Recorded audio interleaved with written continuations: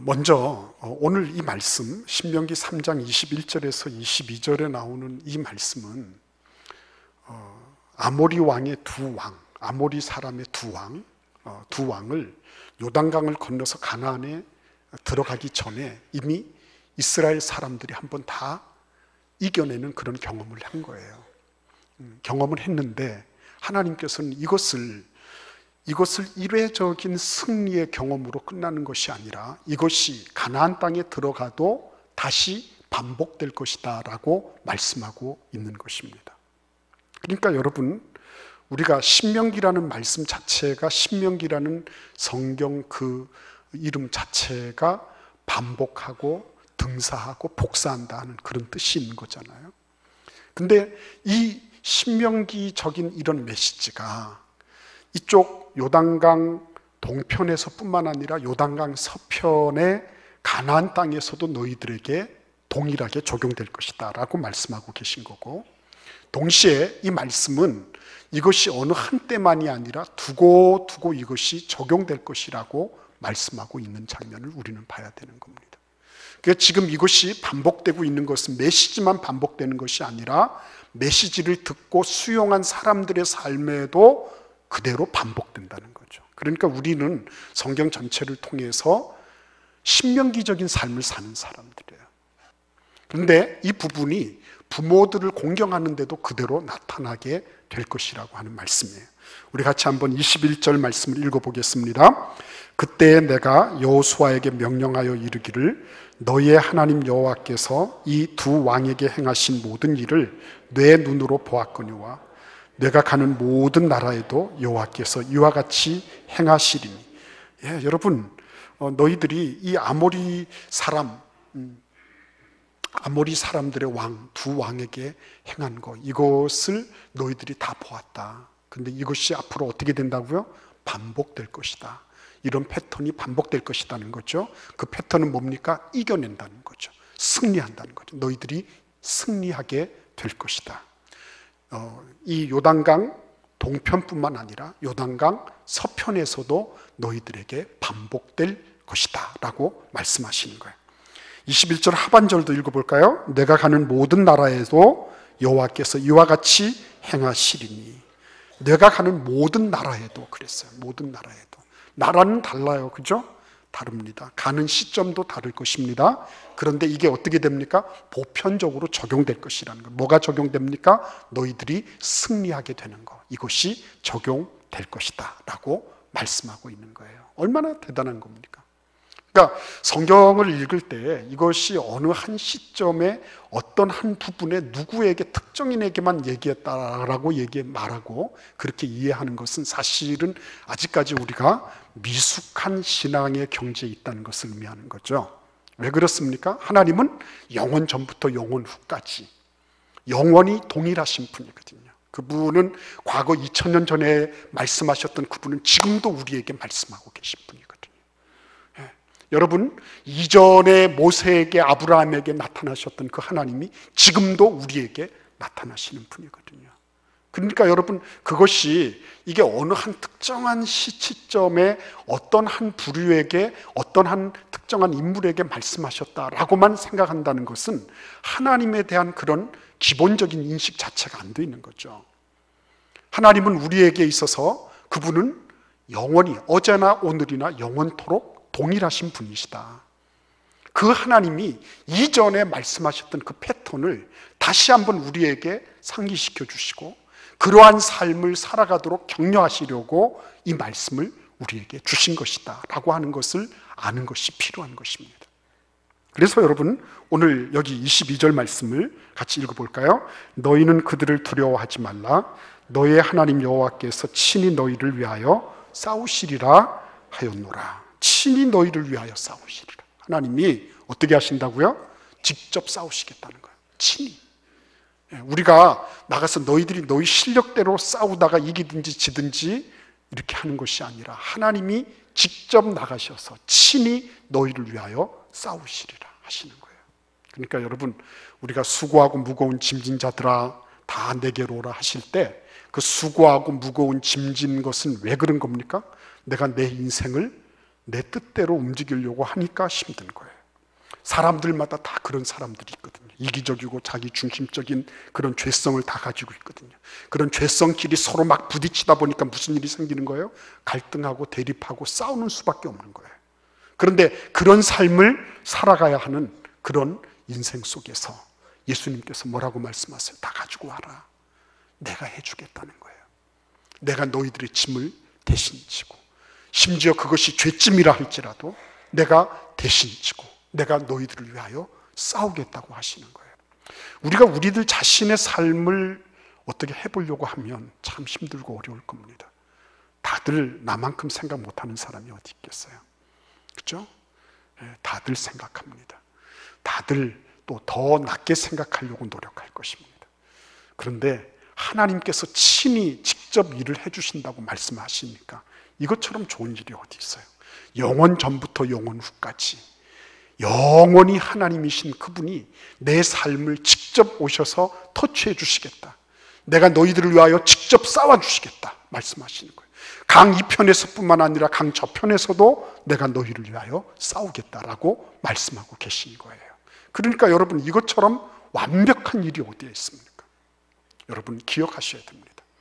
지금 이 아라바 광야에 사람들이 막 모여 있습니다. 그런데 이 아라바 광야에서 이 말씀을 들으면서 이 이스라엘 사람들이 느꼈던 것, 그것은 단지 그냥 열심히 하나님 말씀 순종하고 효도하면 되는구나, 그게 아니었어요. 이게 옛날에 있었던 그 부분이 지금도 다시 그대로 패턴대로 다시 반복될 것이라는 것, 그거를 하나님께서는 이스라엘 백성들이 알도록 해주고 계신 거예요. 우리 같이 한번 아브라함을 보실까요? 창세기 11장 31, 32절을 읽어보겠습니다. 데라가 그 아들 아브라함과 하란의 아들인 그의 손자 롯과 그의 며느리 아브라함의 아내 사레를 데리고 갈대아인의 우르를 떠나 가나안 땅으로 가고자 하더니 하란에 이르러 거기 거류하였으며 데라는 나이가 205세가 되어 하란에서 죽었더라. 아멘. 여러분 잘 보시기를 바랍니다. 우리가 요 죽었더라 하는 그 말씀 이후에 바로 나오는 말씀이 뭐죠? 창세기 12장 1절이에요. 하나님께서 아브라함에게 가라시되 이르시되 너는 본토 친척 아비집을 떠나. 그 말씀이 바로 이어지는 거예요. 그런데 여러분 왜 이 말씀이 중요하죠? 아브라함이 믿음의 조상이잖아요. 그죠? 75세 때 그가 하나님의 음성을 듣고 갈 바를 알지 못하고 나갔어요. 그런데 오늘 이 11장 31절과 32절에 보시면 그 아버지 때로부터 가나안으로 이주하고 있었네요. 그죠? 아버지 때로부터. 이거 중요한 겁니다. 여러분 아브라함이 하나님과 같이 얘기했잖아요. 친구처럼 같이 말을 했잖아요. 그죠? 그런데 아브라함의 아버지 데라 때로부터 벌써 뭘 하고 있었습니까? 가나안 땅으로 가고자 하고 움직이고 있었다는 거예요. 무슨 말씀입니까? 아브라함이 아무리 믿음의 조상이었지만 하나님은 일반적인 은총을 통해서 그의 아버지 데라를 사용하고 계셨다는 거예요. 갈 바를 알지 못하고 나갔는데 어디 갈 바를 알지 못하고 나가요? 자기 아버지 때부터 가고자 하던 그곳으로 그냥 뚜벅뚜벅 갔는데 그곳이 어떤 곳이에요? 가나안이었다는 거예요. 그러니까 여러분 데라는 여호수아서 24장 2절에 보시면 우상 깎아서 만들어 팔던 그런 우상 장수였어요. 그 사람은 우상을 팔아가지고 먹고 살던, 우상을 극렬히 섬기던 사람이었어요. 그런데 하란에서 그의 아버지 데라가 죽을 때까지 아브라함은 기다리고 있었습니다. 아버지 죽기를 기다렸다는 것이 아니라, 아버지 돌아가시는 거 그걸 기다렸다는 게 아니라 그가 어때요? 그 아버님의 임종까지 그가 그곳에서 있었다는 게 중요한 거예요. 데라의 그 말뜻을 이용해서 데라가 마치 하란에서 지체했다 뭐 이런 식으로 말씀하는 분도 계시지만요, 사실은 보면 아브라함이 데라가 그 아버지가 돌아가실 때까지 하란에 있다가 돌아가시자 하나님의 음성을 들으면서 아버지 때로부터 가려고 했던 가나안 땅으로 옮겼는데 그곳이 어떤 곳이에요? 하나님께서 가르쳐 주시던 그 땅이었어요. 여러분 우리가 잘 생각해야 됩니다. 우리하고 전혀 생각이 다른 부모님이라 할지라도 하나님은 어떠세요? 일반적인 은총 속에서 그 부모님이 가지고 있던, 그죠? 그 부모님의 삶을 통해서 하나님은 우리들 자손들을 축복하시고 그리고 거느리시고 이끌고 계시다는 것을 알아야 되는 거예요. 여러분, 오늘 그 이삭을 보시겠습니다. 창세기 22장 9절에서 10절 보시면 함께 읽겠습니다. 하나님이 그에게 일러주신 곳에 이른지라 이에 아브라함이 그곳에 제단을 쌓고 나무를 버려놓고 그의 아들 이삭을 결박하여 제단 나무 위에 놓고 손을 내밀어 칼을 잡고 그 아들을 잡으려 하니. 이것은 모리아산에서 있었던 일이죠. 그곳에서 아브라함이 하나님께서 내 아들을 잡아서 나한테 바쳐라 라고 말씀하셨을 때 아브라함이 사흘길을 가면서 가서 마침내 이런 일을 한 겁니다. 이삭이 물었잖아요. 아버지, 지금 이 제사를 드릴 그 하나님 앞에 제단을 쌓을 이 모든 것들, 나무도 있고 불도 있고 다 있는데, 그런데 제물은 어디에 있습니까? 그러니까 뭐라 그랬어요? 자기 아버지 아브라함이 태연스럽게 하나님께서 그 산에서 예비할 것이다. 근데 예비한다고 했는데 예비한 게 누구였어요? 그 아들이었어요. 이삭이 보면 어떻겠습니까? 정말 기가 막힐 노릇이잖아요. 이게 존속살인도 이런 일이 없잖아요. 생각해 보세요. 예? 아니, 아버지가 그 산에서 예비될 것이다 이렇게 해놓고 왔으면 뭔가가 예비된 게 있어야 되잖아요. 그런데 어때요? 아버지 말 듣다가 아들이 죽게 된 거죠. 그렇죠? 아버지 말 들으면서 아들 죽게 된 겁니다. 그런데 이 아들이 어떤 아들이에요? 장성한 아들이에요. 지금 벌써 열 몇 살 이렇게 된 아들이란 말이에요. 근데 그 아들이 그 연로하신 아버지 100살이 넘은 110 몇 살이 되는 그런 아버지를 이겨낼 수 있겠습니까? 없겠습니까? 얼마든지 이겨낼 수 있잖아요. 저도 어렸을 적에 우리 어머니가 막 때리려고 하다 보면 막 얼마나 빨리 달렸는지 몰라요. 제가 그 실력으로만 계속했으면 육상 대표 선수가 됐을지 몰라요. 근데 여기에서 만약에 생각해 보세요. 여기에서 만약에 아버지 왜 이러십니까? 정신 차리소서.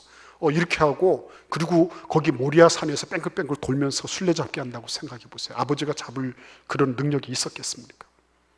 근데도 불구하고 이 아들이 고스란히 아버지가 하는 대로 아버지 처분대로 맡기고 있는 모습을 보는 겁니다. 우리는 여기에서 예수님의 모습을 보는 거예요. 예수님의 모습을. 예수께서 그 아버지의 뜻을 따라서 아무런 죽을 만한 아무런 이유가 없어요. 십자가에 달릴 하등의 어떠한 사유도 없어요.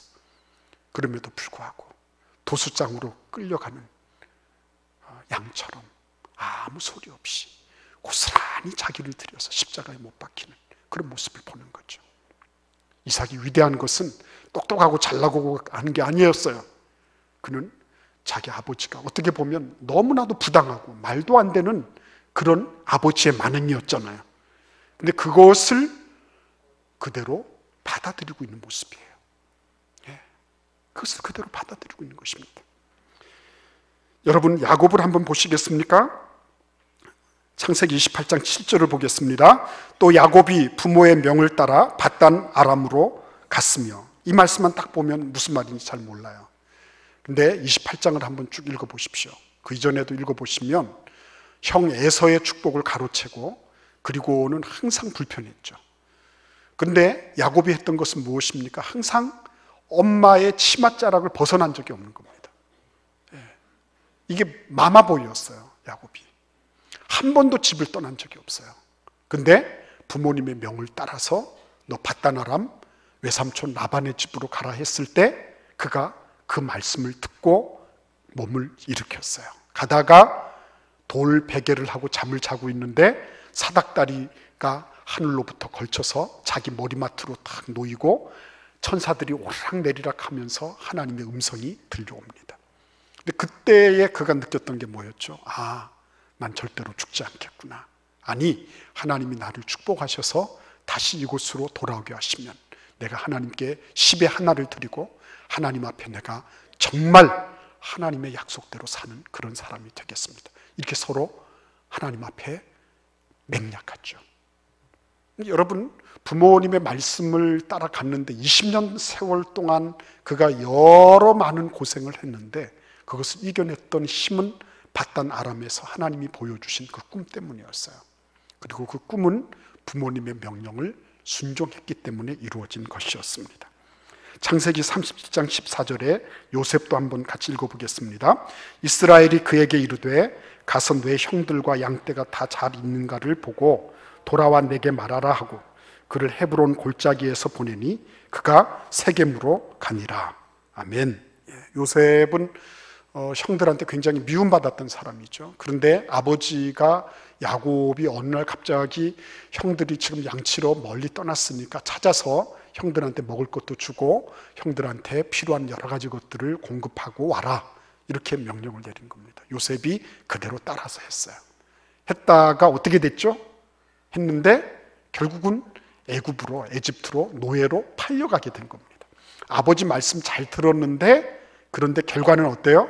결과는 별로 좋지 못했어요. 별로 해피하지 못했습니다. 그렇죠?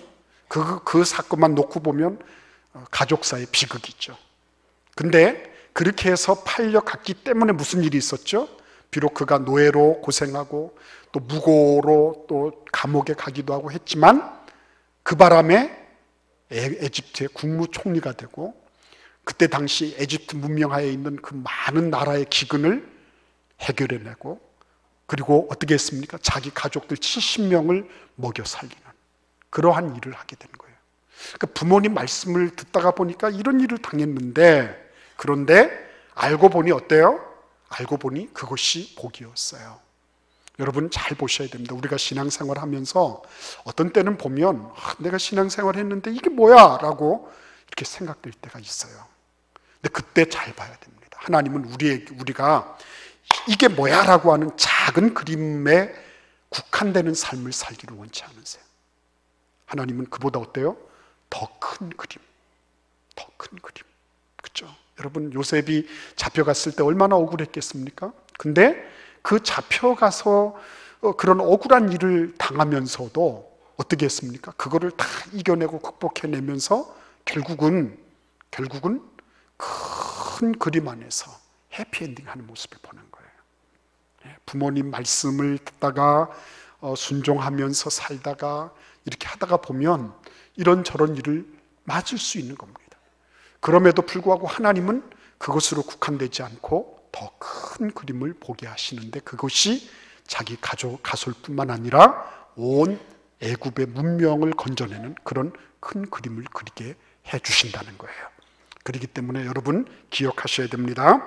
우리가 지금 가고 있는 길이 내가 지금 순종하면서 하고 있는 일이 잘 된다, 잘 못 된다 이거로만 따지지 마시기를 바라요. 큰 그림이 뭔지 이거를 볼 필요가 있는 것입니다. 모세를 보겠습니다. 출애굽기 3장 1절을 읽어볼까요?